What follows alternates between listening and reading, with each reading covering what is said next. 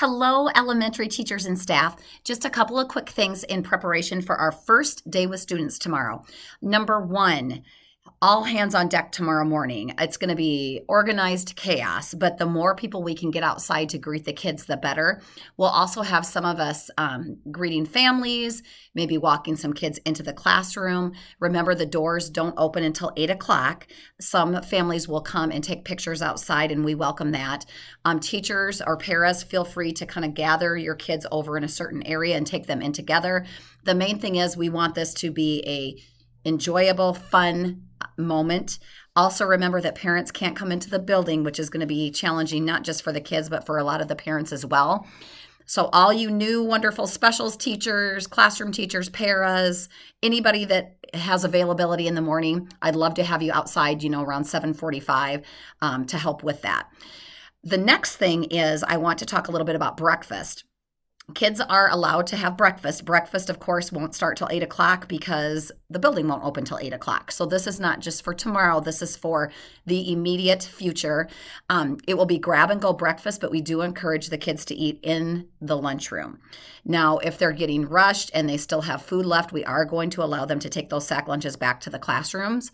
I know this can be messy, but let's have a little patience, especially this first few weeks as we get that process figured out. Another thing I want to talk about is dismissal. As you know, we are going to be using 2 different doors to try to mediate a little bit for COVID and also to just direct traffic a little bit more from a safety standpoint.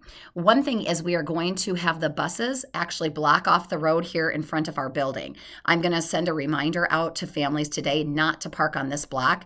Teachers also do not park in front, kind of by Callan's office there on the south side of the street, or actually on the west side of the street, the south side of the block. You will be blocked in there if you park there. That is kind of a bus loading zone. So if you do choose to park there, you will not probably be able to get out of your parking spot till 3:45 or after. So please keep that in mind. The next thing, the process for getting your kids out of the building.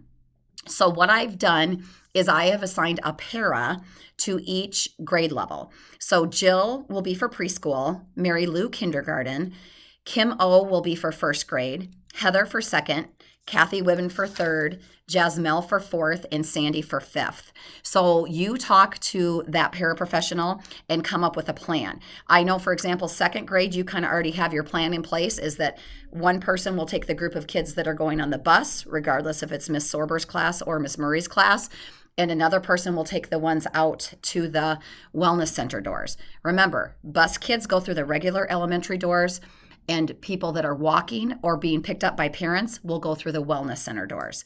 Now, to try to avoid cross traffic, here's what we're going to do. About 5 minutes, so school gets done at 3:30. So maybe let's start a little early tomorrow, 3:22, 3:23. Let's get the bus kids gathered together and let's have them go first. Okay, then approximately 5 minutes later, so we're talking 28 to 30, then let's have the kids that are being picked up or walking go. So we're going to try this. Guys, it's going to be messy, but the first day of school is always messy when you're dealing with little people and excitement. And we're doing this in the midst of a pandemic. So we're going to try some new things and hopefully they'll go smoothly. And if they flop, they flop. We're going to give it a try for a couple of weeks to work out the kinks. And if we need to abort ship and come with a new plan, we will. So use your professional judgment and discretion on how you want to do that. But I would like us to dismiss the kids or escort the kids out of the building that are riding the bus at least a few minutes before we take the kids who are walking or being picked up, just to try to mitigate that cross traffic a little bit. Recess duty. As of right now, teachers, for the next week at least, tomorrow and next week, you will not have an afternoon recess duty. I can't promise that'll stay that way, but I know our special schedule was pretty ugly this year, so I'm trying to give you a little bit more common planning time during that 15-minute recess. 4th and 5th grade, I also did not schedule you an afternoon recess. 5th grade, this is new to you, being in the elementary format. And Mary and Heidi, I know that you only had a couple recesses in the afternoon last year. So you guys get a flow, get your schedule worked out. If you do want to add an afternoon recess, let me know and we can try to find a schedule and some coverage for that. I think that is all I have right now.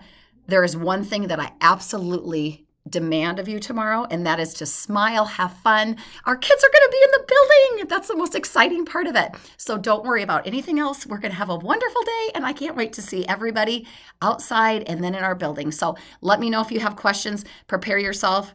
You're going to be exhausted by the end of the day. We have planned, oh my gosh, I've never planned so much for something in my entire life, yet still felt this unprepared. So what we're going to do is we're just going to enjoy the beauty of the organized chaos and be thankful we have our kids in the building. Have a good night. I will be around about 7:15, 7:30 tomorrow, so stop by and see me if you have questions. Bye.